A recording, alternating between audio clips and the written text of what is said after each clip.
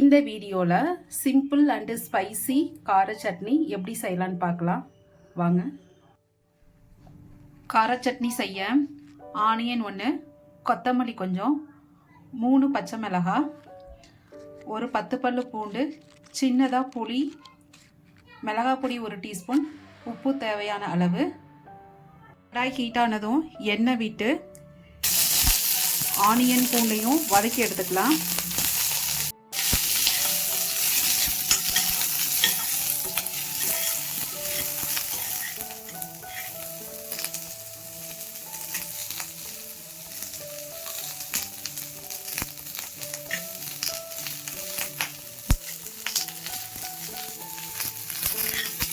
இதிலே மிளகாய் பொடி புளி போட்டு ஒரு நிமிஷம் வதக்கிட்டு ஸ்டவ் ஆஃப் பண்ணிவிட்டு கொத்தமல்லி தழை சேர்த்து அரைச்சி எடுத்துக்கலாம்.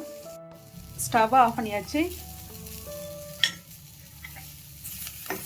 மிக்ஸ் பண்ணிவிட்டு மிக்ஸி ஜாருக்கு மாற்றி அரைச்சி எடுத்துக்கலாம்.